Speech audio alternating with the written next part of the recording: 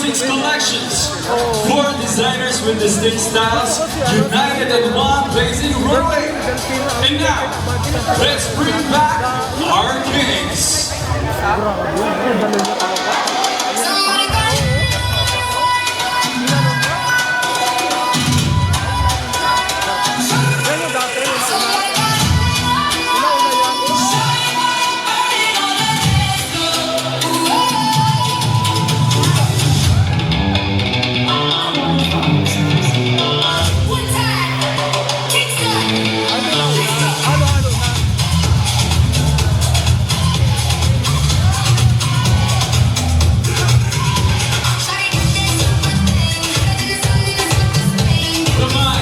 The vision, the creators behind Rap 2026, the masters of male swimwear, Dons Ramos.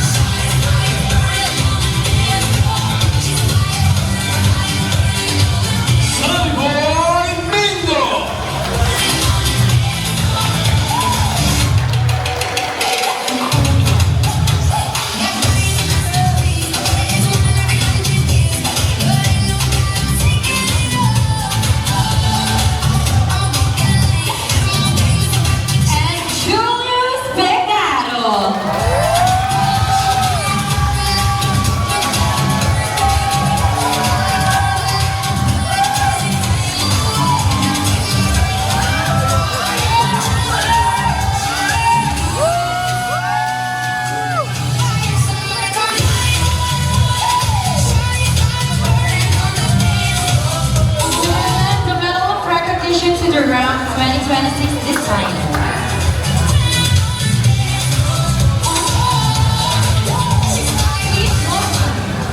Meg Perez.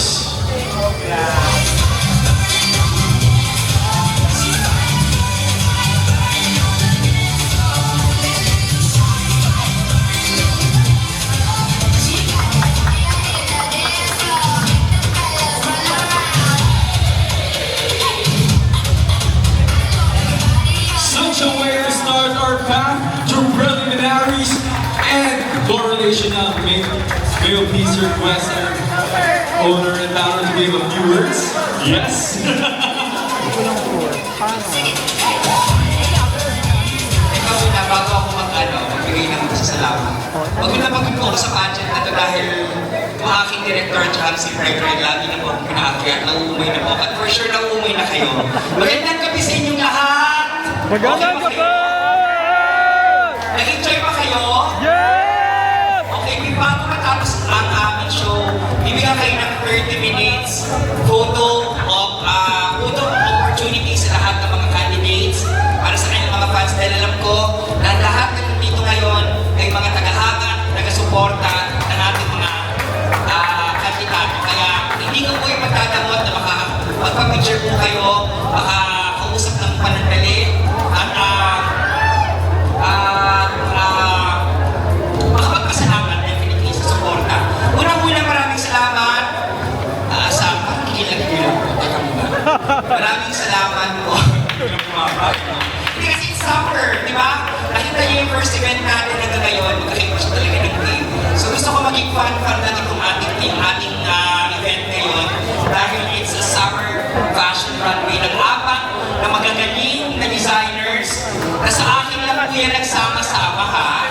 Hindi po yan nagsasama-sama forever. Pero dahil binuo ang King of the World Philippines at napag-isipan tumuhin ang Ramos, Abad, Mindo, Pigaro, Summer Fashion Runway na mga taon-taon na po namin gagawin. At magandang balita is coming September sa birthday ko po. Gagawa po kami ng biggest summer fashion, summer. Actually, rainy days na yun eh. Isang malaking fashion show, Ram 2 kung saan sama-sama ang winners ng first batch, second batch, at third batch. Yan po yung habang-habang. So, maraming salamat sa inyong apat.